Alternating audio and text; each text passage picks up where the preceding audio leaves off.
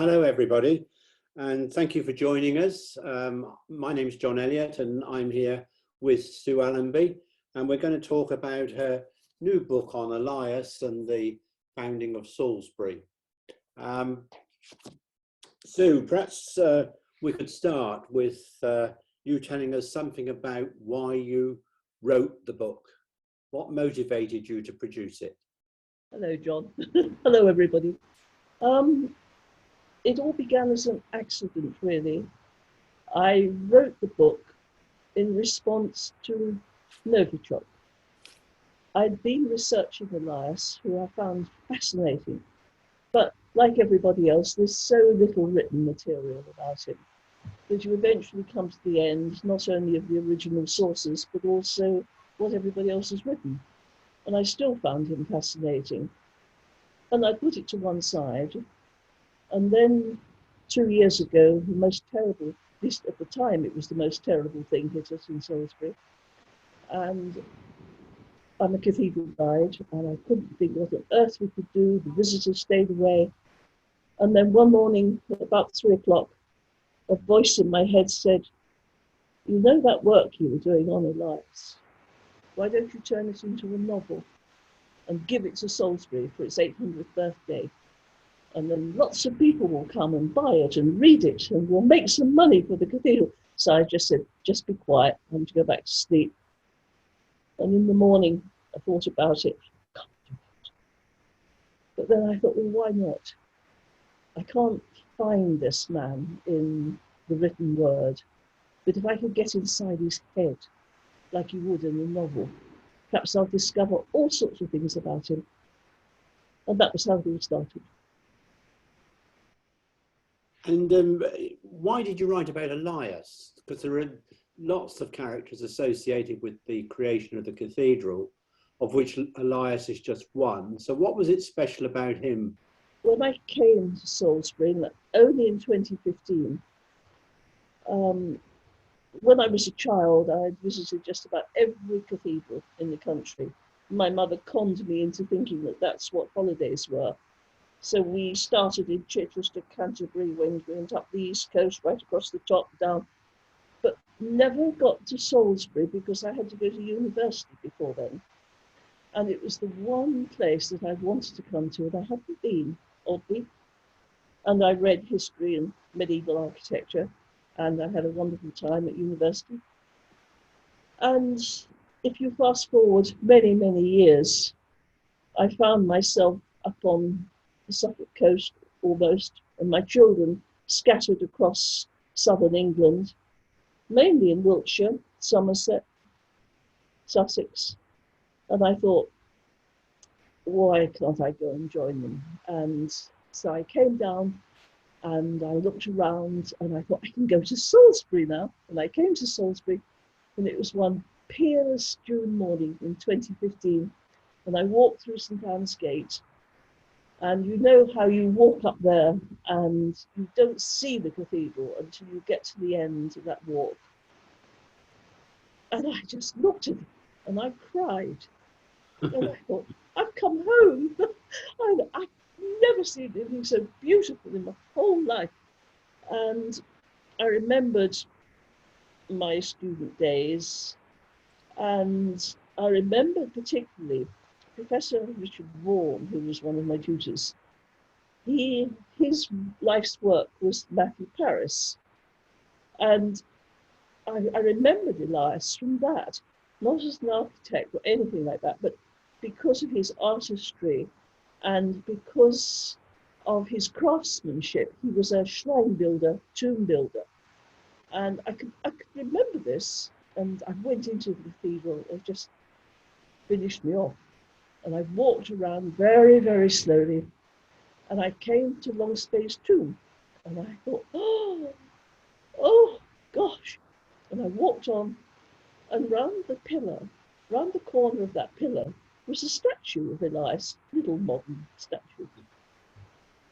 And I looked at the tomb and I went back and said, "Did you do that?" And the more I learned about the cathedral and its architecture, the liturgy, the art forms, the paintings on the vaults, and everything had come together after the reformers, the secular reformers in the church had, after King John had died, all this happened. And I thought, oh, what a story that would make. And of course, Elias was part of this. And the more I thought about him, the more I learnt, the more I realised that he was very much part of this, because he was part of the inner circle of that group. And although the construction of the cathedral started in 1220, we'll say, by 1228, Richard Poore had to go to Durham. Stephen Langton had died. He was the Archbishop of Canterbury. And the only one left in Salisbury with all that knowledge, all the understanding, was Elias. And I thought, you played a bigger part in this. I'm sure you did. So I began to do the research then at that point. But I couldn't get as far as I wanted to because the source material isn't there.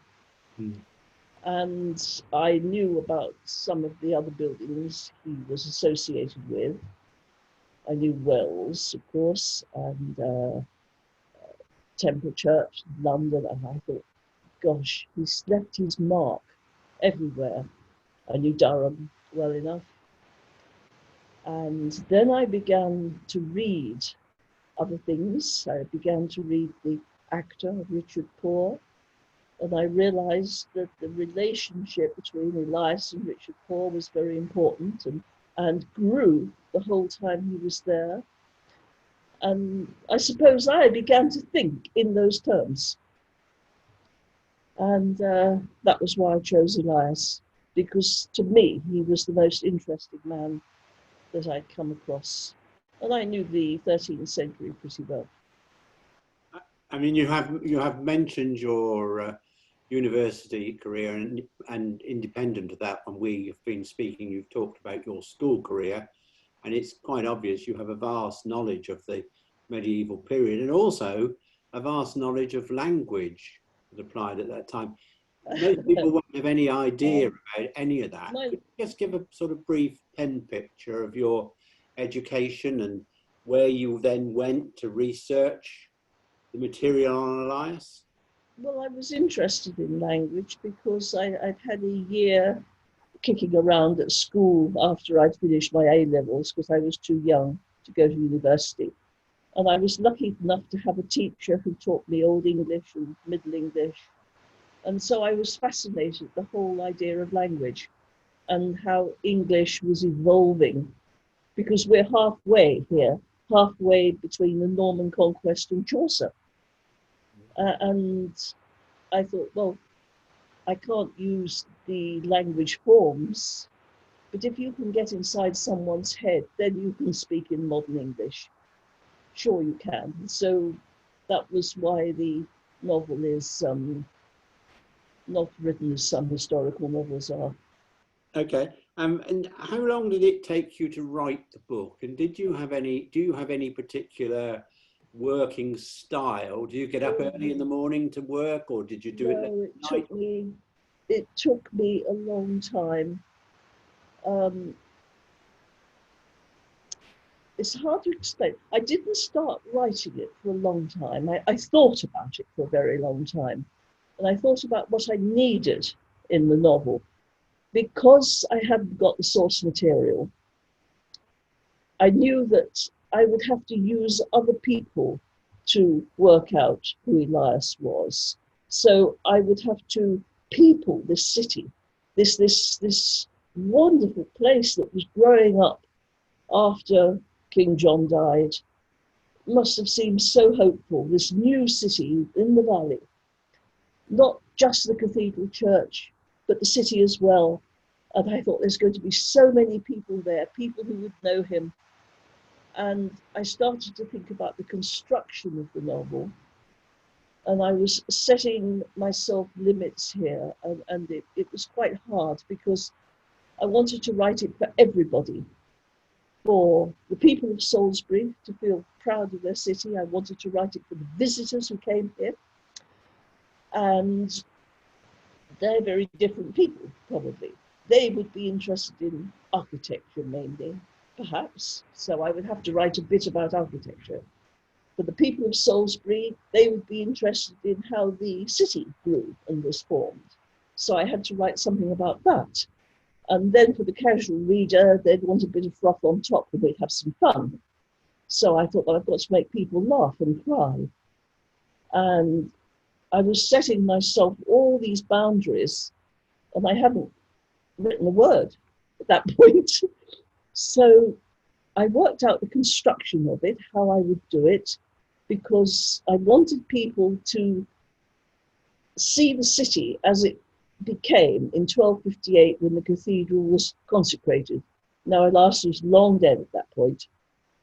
So we could start off in 1220, all right, or perhaps even earlier with Elias's childhood, say. But we would want to finish in 1258. So I would need other people to write this book, as it were. So I decided to appoint 2 editors to edit manuscripts. And their names came to me one night. I still hadn't written a word, still hadn't written anything. And I decided that Eustace and Joseph were going to be my 2 editors. So I penciled them in, literally, because I remember the pencil. I must have removed it from the Suffolk Record Office at some point, because that's what it got written on it. And then I began to see how I could do this. And then I created all the other characters. In fact, I began to know them very well indeed, because unfortunately, they started to speak to each other in the middle of the night when I was asleep. They never spoke to me, but they would speak to each other. And I didn't get any sleep for a long time. I said, please stop, just shut up, I want to go to sleep. But of course, if you don't write it down, you forget what they've said. And that was the fun bit. I had to get out of bed and write down what these people were saying. And Elias didn't speak much because I didn't know much about Elias. But I decided that in the book, he could write about one morning in his childhood, because things would have happened in his childhood that were very important to him. So I was getting somewhere, and then I decided it was time to start writing it all down. So I did, and I wrote it very quickly after that, after I'd worked out what I was going to do. And I'd worked out all the characters, really, except Annie.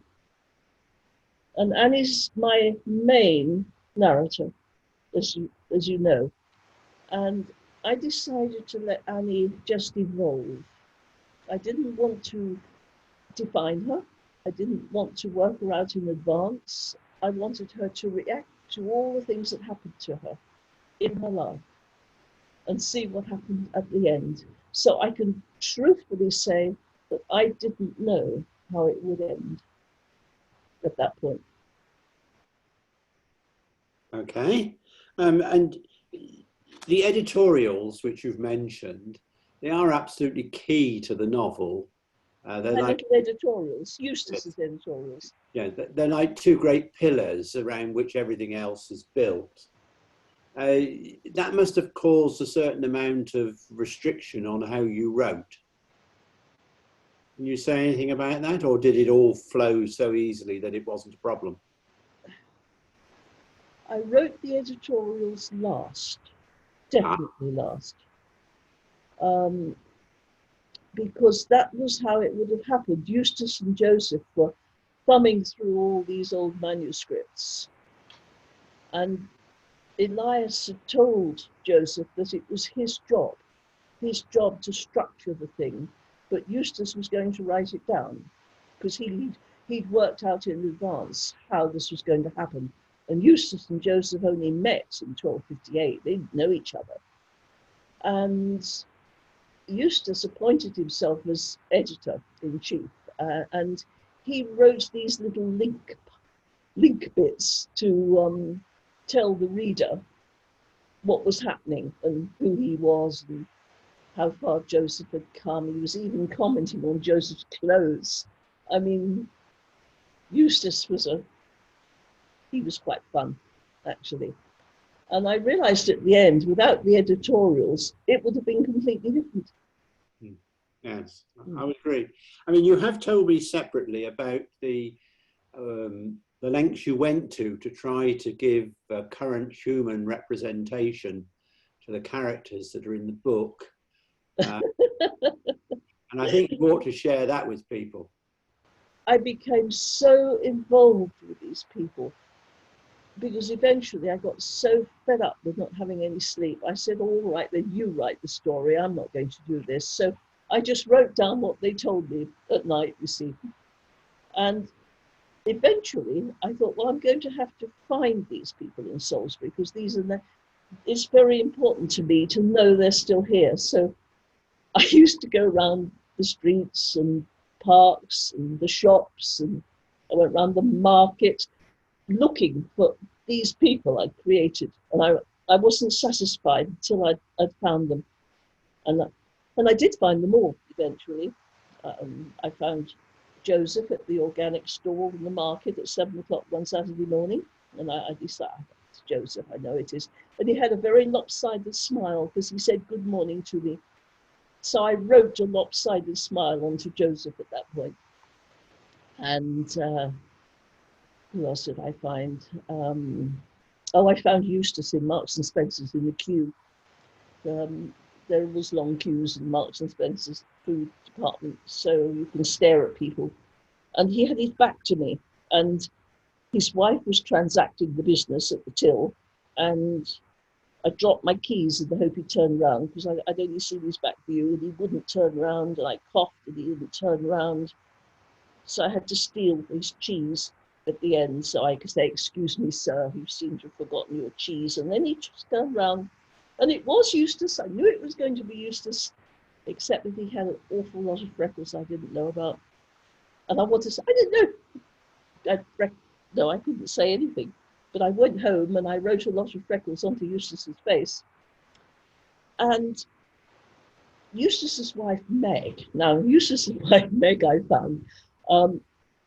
After that, I also work in the museum, and I was standing at the end of one corridor, and I saw this girl go round a corner towards the art gallery and through to reception. And I thought, oh, that's Meg. That's Eustace's wife. So I tried to get round the other corridor to head her off at the pass, but there was a whole crowd of school children coming up there, so I couldn't do it. So I had to walk after her. And by the time I got to reception, she'd gone. So I said to the lady in there, I said, where did that girl with the hair go? And she said, well, she's one of the students. I knew she wasn't a visitor because she hadn't got a coat on. And she said, she's one of the students. I expect she's got home. But the other one said she might have gone up to the staff room for a cup of tea. So I raced off to our cloakroom, grabbed my phone, and she wasn't in there. And then I went upstairs. Now, there are many layers in the museum, many staircases, many levels. And I was thinking all the time, I hope she doesn't go somewhere else, up another corridor somewhere. And by the time I got to the staff room door and put my hand on the handle, I realized I hadn't thought what I was going to say to her. And my hand turned clammy, and I opened the door. And it wasn't just her in there was a whole crowd of people. And I realized that I had to say to her what Eustace had said in case she read the book, because I wanted to photograph her, because this amazing mane of hair she got, exactly what I wanted. So I had to tell her that her future husband, nearly 800 years ago, thought that she looked like a yard broom before the twigs were shaped and cut to shape. So everybody else fell about laughing, and I thought she'll never let me photograph her now, but she did. So I got this wonderful photograph of Meg's hair. Meg was exotic, you see. Eustace found her in Salisbury, and Meg's father thought that possibly a Roman soldier many centuries ago had come here from some other part of the empire, or perhaps a mason up at Old Sarum building the first cathedral.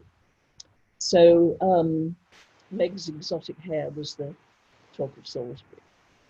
And what about Elias? Where did you find Elias? Oh, I found Elias. Elias was one of my last finds. It was on the 2nd of January, 2019 I found Elias because I put it in my diary. I was looking after the Hordes exhibition in the museum again, and Elias came in, and I looked at him. I thought, my word! And I followed him from room to room. He was too tall for Elias, but everything else about him was exactly right. So I could hardly bear for him to go, and I daren't look at him too much. And I kept looking like this. And I wrote it in my diary, found Elias. Too tall, that didn't matter. And I think he was almost the last person that I found, apart from Meg. So there you are. And Annie? They were real. They were real to me at that point, having found them in Salisbury. And Annie? Yes, Annie was in a park. She was talking to a friend in the park. I just walked past her. I thought, that's Annie. And it was really quite simple because it just was Annie. And I didn't even have to look back. I thought, good, she's here. Good. I wanted to read you a little piece from your book, and then to ask you a few questions on it. It's on Annie. It's the first introduction to Annie that we get. It's on page 69. Well, I've got my book here, right? And it says, it starts out, once my name was Annie Buns. I was so deeply ashamed of my miserable upbringing. I had never spoken about this to anyone. It still hurts even to think about it. I was born, I suppose, some 14 or 15 years before the interdict blighted my life in England in 1208. I know that date because everyone knew that date. The church was our life, its rituals our waypoints, our marker stones. If we could not believe that God would look after us and help us endure our miserable existence, who were we and what was the point of it all? The church door was closed and locked against us for 6 years because of what the king had done. I don't know what that was, but like everyone else, decided it was probably safer not to know. We were allowed to be baptized and we were allowed to die, but not to be buried in consecrated ground. As a child, I may have another name as well as Annie. My father was called Harold, and my mother was called You There by him, and Mother by us. She faded into the bare walls and never once tried to protect us. She had given up. My 2 brothers were much older than Edie and me and ignored us most of the time, so long as we didn't as we were told. If we didn't, they had many sly tricks up their sleeves to make us cry. 3 others, a baby and 2 small children, had died before Edie was born. No one ever said if they had been our brothers or sisters. And then it goes on to talk about her upbringing in Stratford-sub-Castle. And you picked Annie, and Annie is absolutely, I think, crucial to the whole novel. Yes, she is. So I'd like you to say a few words about why you made Annie so crucial and how everything hangs around her. And then you say there that the church was our life. And I suspect that a lot of people don't quite realise how central to life the medieval church was. And then also that the family situation where the poor mother didn't have a name. She was simply known as You There, which has to be about the highest humiliation. So would you like to say a little bit about, in other words, about that page? About Annie. As I said that Annie was the one person I hadn't worked out before. I decided that Annie was going to grow with the novel. I gave her the most miserable start in life that I could imagine, in fact, which is what you just read out. The social system that was introduced after the Norman conquest meant that Annie's Saxon family were poor, unfree, uneducated, and life was hard and uncertain and often very short. you can't overemphasize the role of the church too much. It was your cornerstone. It welcomed you at all times, in all seasons, year in, year out.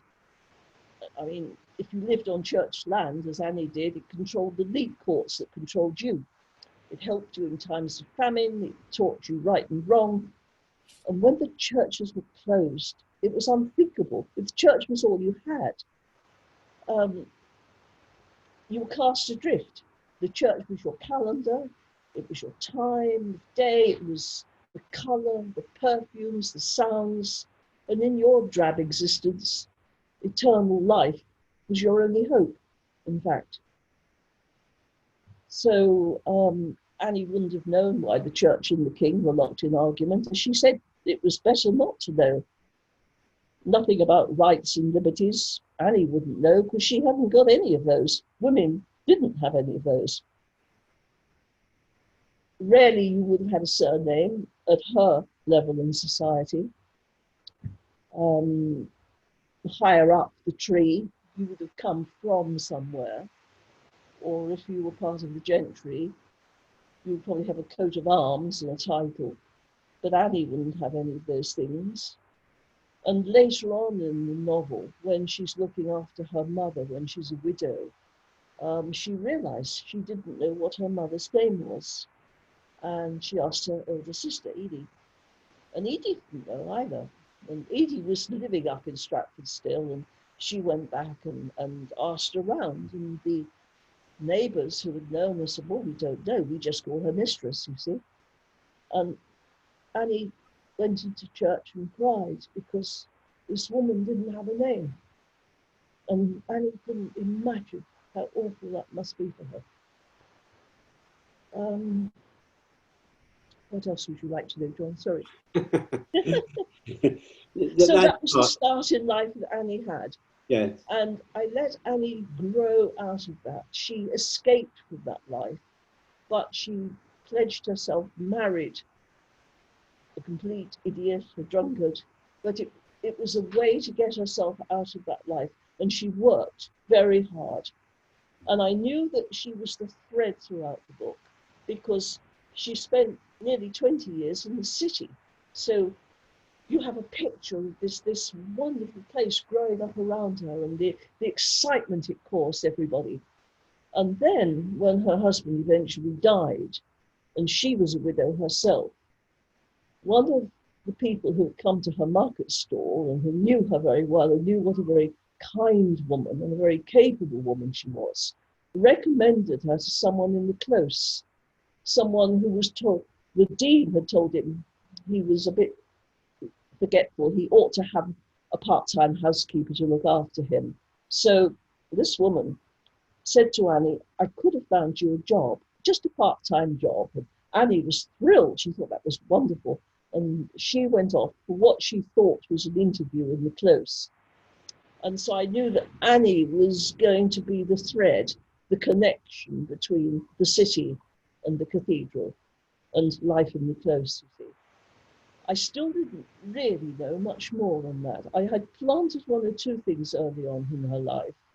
She was quite artistic herself, in fact, but she had no education.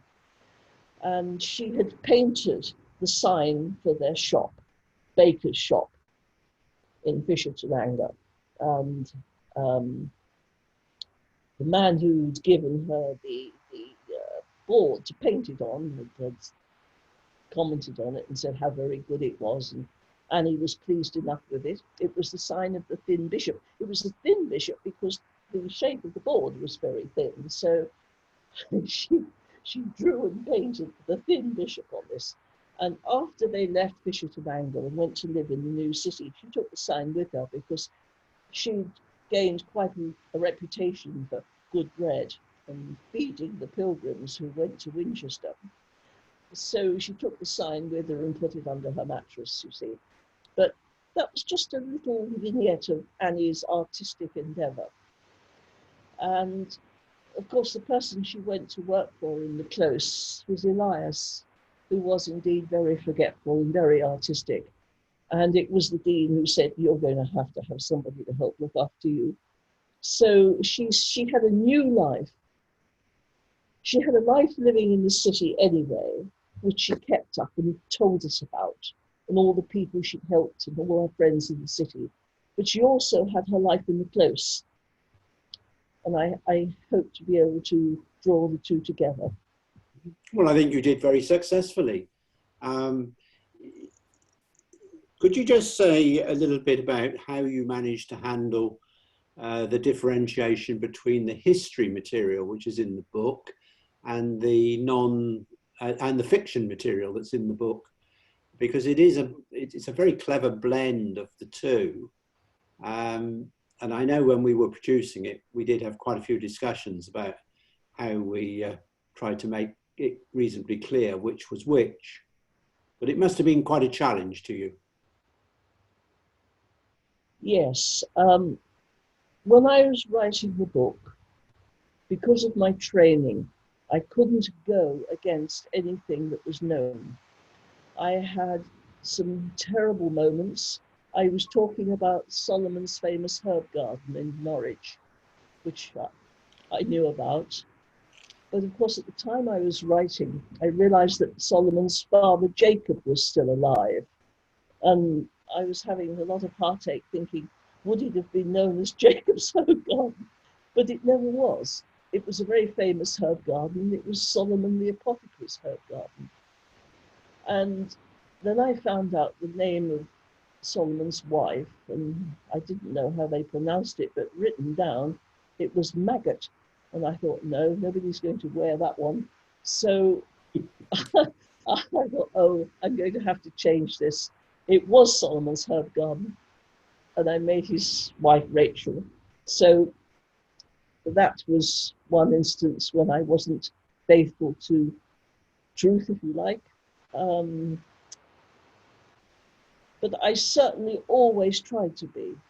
I don't think there's any factual. Oh, yes, there was one other. When Elias took his first journey up to Durham to help Richard, poor Bishop Richard, in his anguish, his misery, and had to go to Durham. And when I was reading the actor Richard Poor, I realized that over the years he was there, from 1228 to 1237, in fact, Elias had made about 5 journeys up there to see him. Now you imagine the stress, the strain, the time it would take to ride up to Durham. Mm. And Elias had gone up there to help Richard all that number of times.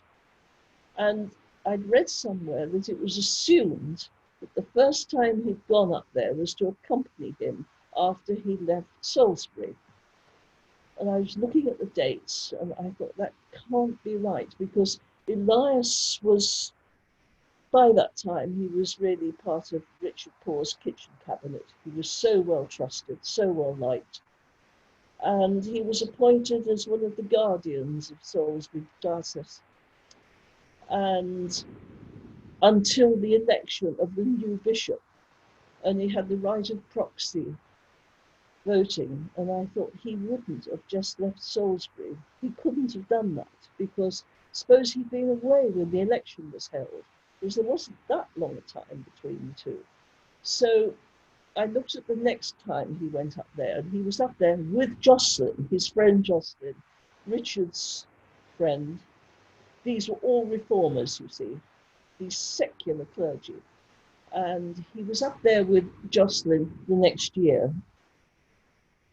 So I'm afraid I put the 2 journeys together into one and had it in September for the sake of the novel, because I just did not believe he would have gone up when everybody assumed he did. Okay. So I felt half justified in doing that, but it wasn't, perhaps it wasn't right. Right. But the other factual information should be right. There were people who queried that whether the Abbey of St Edmundsbury didn't have a song school. In fact, it certainly didn't have a song school until I think about 1264 or 65, which was very late. And I found out that the song school had been set up eventually by the Congregation of 12. Now, if you think that sounds like the mafia, probably was.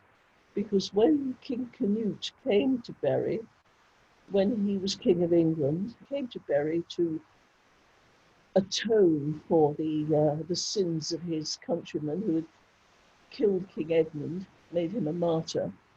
So Canute came to Bury and he gave lots of presents to the abbey for the shrine for Edmund.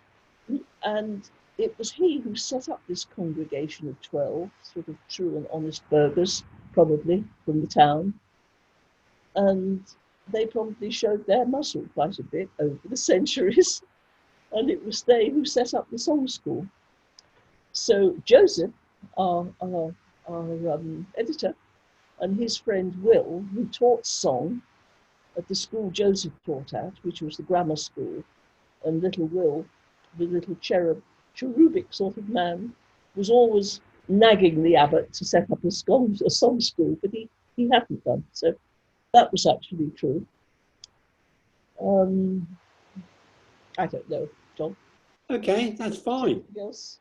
I think you mix the history and the real together well. Things that I talk about, like the psalm, which is the thread throughout the end of the book. I came across the letter that Richard Paul had written to Chapter when he knew that he was going to have to leave Salisbury to go to Durham. And he was heartbroken. He found out before he had the official letter from the Pope, which arrived, I think, on the 24th of May. And he found out in April that he would have to go. And he didn't leave until late July. So he had all that summer in total anguish. And the letter was terrible. And he quoted the psalm in the letter. There was just one little snippet from the psalm. So, in fact, I used that. I used it when he and Richard were talking earlier on, when Richard was explaining the new architecture to him. And he quoted the psalm as well. And Richard picked up on it, so I made that the theme. So, without explaining everything in the book, you will see at the very end, I have put all the quotes I had taken out of the psalm all together at the end. It's a Psalm 139. Okay. If you were in the market one Saturday morning in a few weeks' time and you bumped into Elias, what would you say to him? I'd be so shocked. Well, I know that I didn't say anything to him in the museum when I met him in the museum. Oh, you really have caught me up. I don't know. I just watch him, I think. I just watch him and think, I know more about you than you think I do. I'm sure I wouldn't say anything. I'd be absolutely tongue-tied. That's unusual. And a final question, Sue. I mean, Elias has sold amazingly well, and it's been very popular. Lots of very, very good comments, and I'm sure that most people who've read it will be thinking of the final question that I should ask you, which is, are you going to do another one? Oh. Well, when I was writing it, I was planting all sorts of things in the book. I planted people in there, and I've never developed, but I planted them for a reason. And it occurred to me that it was ending in 1258.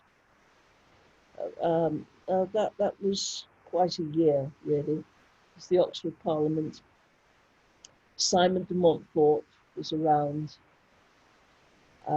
English liberty. There were several themes here that over the years 1258 to 1264 could possibly be looked at. So I've got Eustace's two daughters managing the ironmonger's shop in Salisbury because their grandfather had died, and they were feisty young ladies. And people used to go in there, young men used to go in there, used to throw their mounts for their horses' harness in the water channels and go into the shop, but it was just to see the girls. So I got them in Salisbury. I got other people around the place. So it was in my mind at the time. But it wouldn't be that sort of novel.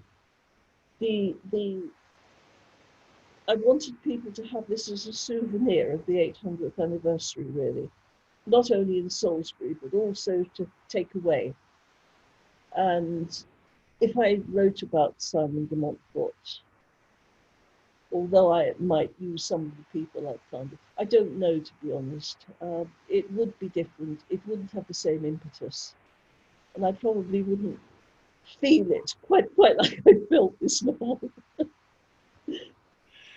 Fair enough. And that's the truth. Well, thank you ever so much, Sue, and thank you for being so open and honest in your answers.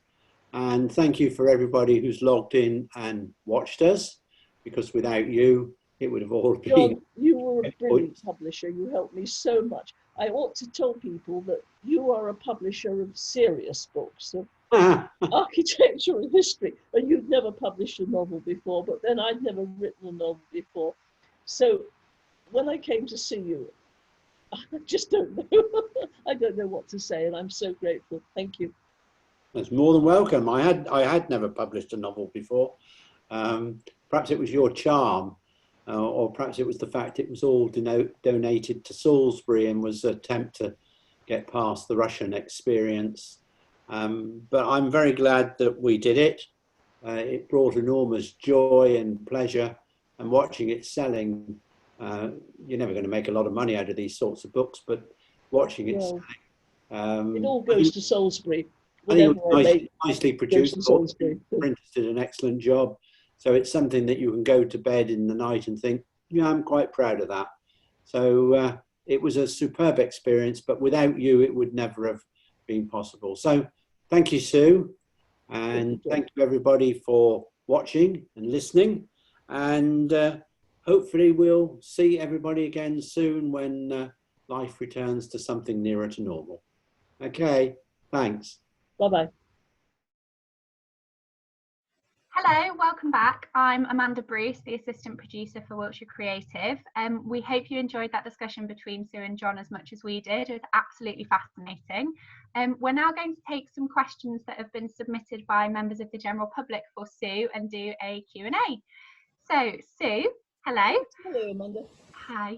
Firstly, two questions which are about Salisbury kind of in its earliest days. So, firstly, from John Walsh, the Mayor of Salisbury, who has asked... That's a good start, yes. Can you give me an idea of when the city began to take the shape it largely has today, and when did enough of the buildings become reasonably permanent enough to allow Salisbury to be called a city? And then a related question from Pat Phillips, which asks, please can you tell us what traces remain of other early 13th century buildings apart from the cathedral? Right.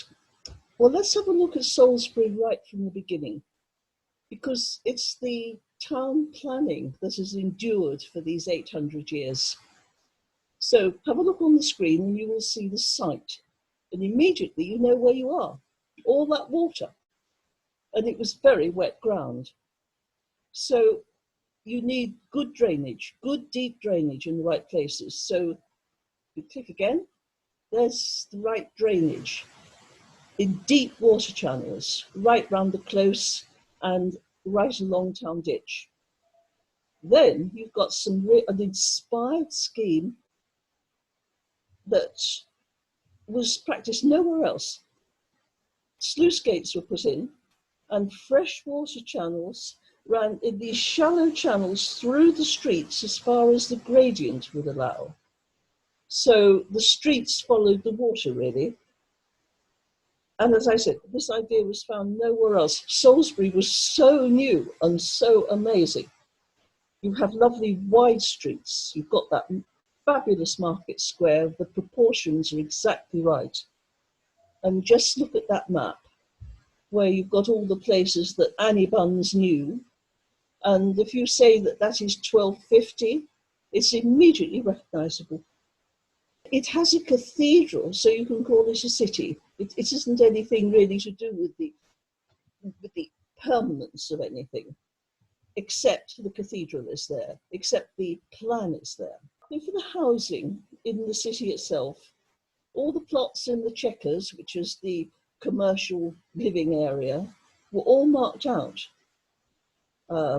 The grid shape is a standard medieval aspiration, although only Salisbury and Winchelsea, I think, had a true grid pattern. The houses were largely timber framed, stone was expensive. Timber framing, as you understand it now, was new. These weren't cob cottages of earth and straw. This new urban environment needed larger places for living and selling and workshops and storage. But at that date, the joints were only lap joints and weren't strong, and there was always a huge risk of fire. So Salisbury was a huge success story. It's commercially viable. It just grew and grew. And over the years, this early timber framing was replaced, probably several times over, as the techniques continued to improve over 3 centuries. And Salisbury is full of later timber framing until new materials like brick came along. But a lot of it is now hidden away behind even later frontages. So you have later timber framing hidden behind even later frontages. It's like a layer cake. In the close, of course, there were stone houses, and there are only fragments of these earliest ones left that you can see even.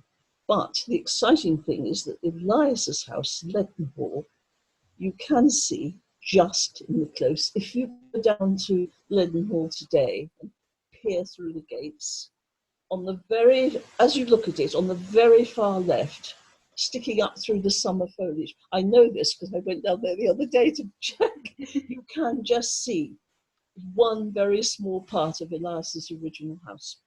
Next, we've got 2 questions which are relating to how Elias is presented in the novel. So firstly, from Ruth Barlow, who asks, how much of Elias's personality in the book comes from historical sources, and how much did you have to fill in the blanks? And then a question from Alison Pearson as well, which asks, rather than letting Elias tell his story in his own words, you chose for him to speak through the voices of a number of his colleagues. So did you find it more difficult to inhabit the persona of certain characters than others? And Alison has also said that as a woman, she found Annie Bunns particularly fascinating. Right. Well, initially I found the idea of writing this novel very difficult because I was writing it for such a wide spectrum of people. And I didn't write anything for a long time. I thought about all the characters I would have to have, who would have to illustrate some aspects of Elias's character, in fact. So the question about Elias's personality is an excellent question. It's actually the key to the whole book. And it turned out to be very easy for me because I let all my characters write it instead, so I didn't have to write anything. All I had to go on was the extraordinary achievements of an extraordinary man with almost no explanation for them. So I had to pick it to bits and ask how and why did this happen? If he did this, how could he have done it? So what was he like in order to do that? So he was one of the inner circle of church secular reformers, and like his friends, they all had attractive qualities. They'd had a liberal university education and they were interested in teaching, not just in the church, but outside as well to the people. He was a top lawyer. Now, top lawyers aren't usually liked and trusted by everybody. He was known to be completely honest and truthful. And that isn't possibly what you would have thought of a lawyer in the time. So he was quite remarkable, really. So everyone trusted him with their personal affairs. He was their executor after they died. And that even went for King John's staunchest supporter. He was his executor, the Bishop of Winchester. Wow. So everybody seems to like you. So obviously you aren't arrogant in any way. You seem able to be able to charm everybody. and you have some warmth. Now, I've illustrated his personal qualities with a sense of humour, for which I have absolutely no evidence at all, but it seemed to fit. It seemed to fit him. Yes, at the age of 50, Elias, you join the rebels. You're not a young man, you're not 17, you're 50. And you speak out in public against the king and the pope, and you could lose everything. But you're an upholder of truth and justice and Magna Carta that you helped to draft, and you drew a line, and you wouldn't budge on that line. You stood for freedom and English law. And you looked after Richard Poor until he died. Now, how did you do that? Why did you do that? So I was asking myself questions all the time. And then Matthew Paris comes along and calls you an incomparable workman, an artist. And you think, okay, you're a priest, you're a lawyer, you've helped to draft Magna Carta, you've served 2 archbishops, and you're also a craftsman. I mean, this is a wide-ranging man. And you know that that had to be right because Matthew Paris was the chronicler at St Albans Abbey. He only went there in 1217, I think, as a young man. And the only other person engaged on making this fabulous shrine for St Thomas a Becket in Canterbury was the sacristan of St Albans. Now, he must have come back and said,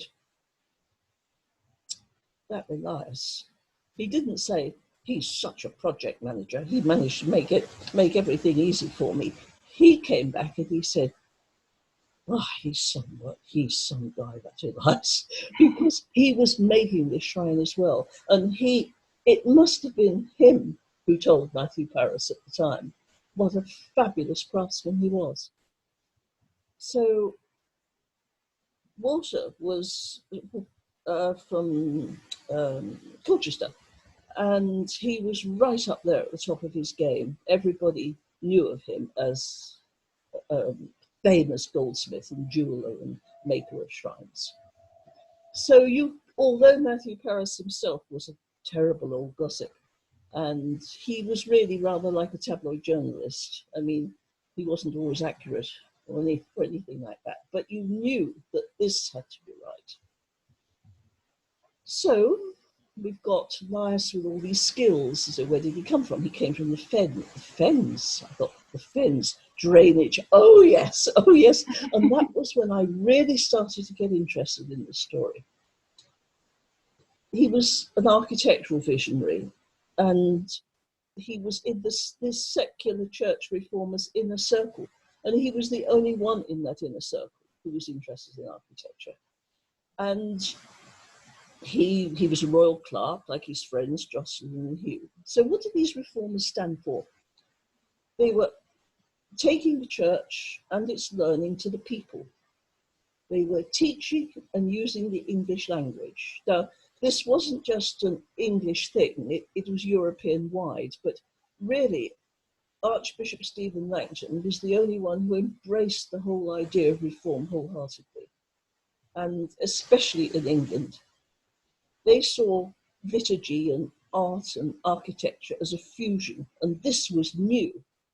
This was the new Jerusalem that they were going to put up in Salisbury. It was supposed to be a prototype for others.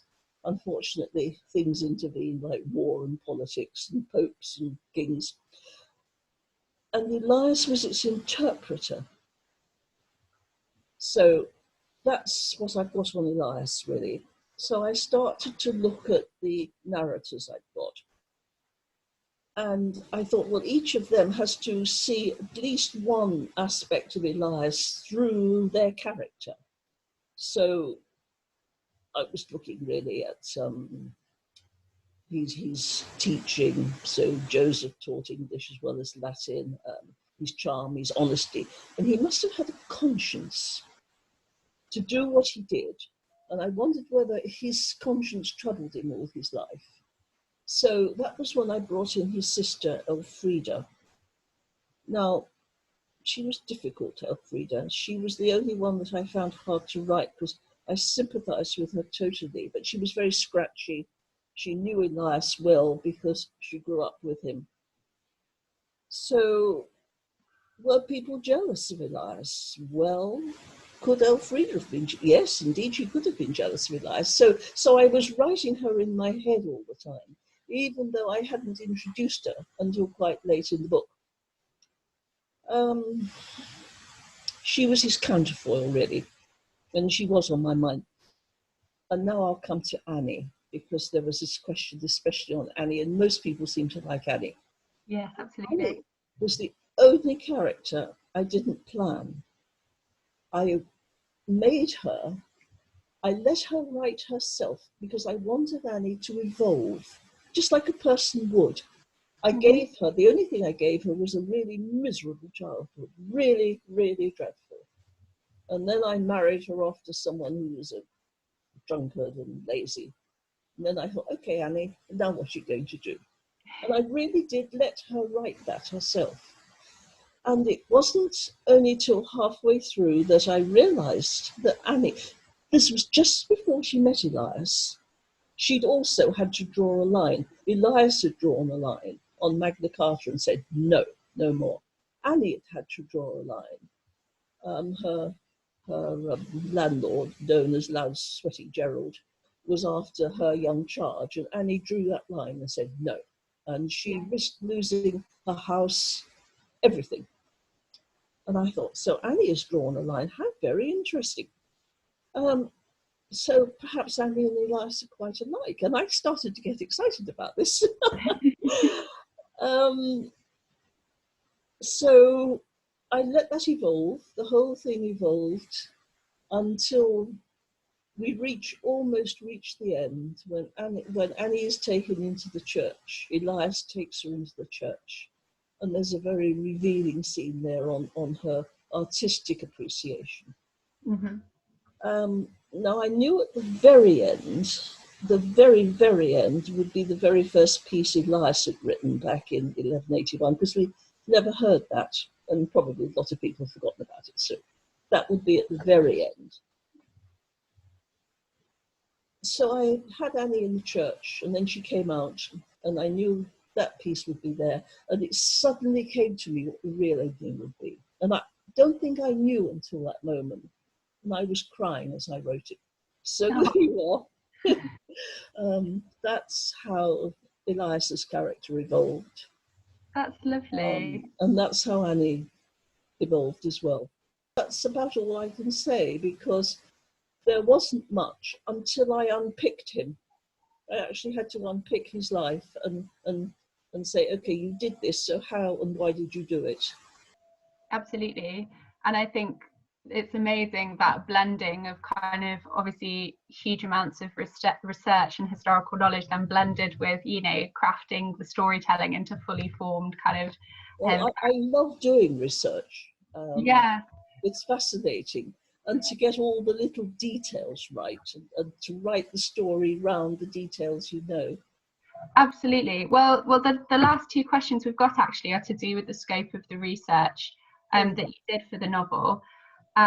So one from Alison Pearson again, who asks, so rather than confining the book to Salisbury alone, you allow elements of the story to come from places further afield, such as Norfolk or Durham or Canterbury and so on. Did this involve more difficult, wide-ranging research than the work on Salisbury itself? And then finally, a related question from Liz Sermon, who says that many people think they could write a book, and you did. How difficult was it for you, and how much research did you have to do? This almost takes me back to the beginning, because I really thought it was going to be difficult. But once I went to live in the 13th century, which I had to do, it was very exciting, and I was living this story with them. And I knew all my characters inside, except Annie. I didn't really know Annie inside out until the end, when I knew her very well. Yeah. And it was actually thrilling to write it. I knew all the places I talked of, because as a child I was taken there, cathedral after cathedral after cathedral. Yeah. So I knew them anyway, and I was fanatical about looking up little details, which was fun. And would I write another one? I thought when I was writing that I might. I was planting hooks all the way along just in case I wanted to use characters I hadn't developed. But I think this story is a story of such a special time for Salisbury. Those 30 years or so, until the world crowded in on us and Pope changed and the King changed and it all went wrong like everything else. Of course, in the next century, you've got terrible things happening like the Great Famine of 1315 and the Black Death. So that was such a special time when everybody thought everything could go right. And it's still there. I mean, it is still there. It happened. And I don't think I would want to continue with the characters I've planted. I have thought about it. Yeah. I don't think I would. If I wrote something, it could be very different. It could be about continuing the idea of freedom, because we've got Simon de Montfort running around just as the church was consecrated. But I don't know. No, it's truthfully, I don't know. Well, we'll have to wait and see. Sounds good. And then we've got a final question for you. Just, do you have any tips for any budding writers who might be debating starting their first novel? What would you say to those people? Oh, well, I think it depends on your reasons for writing it.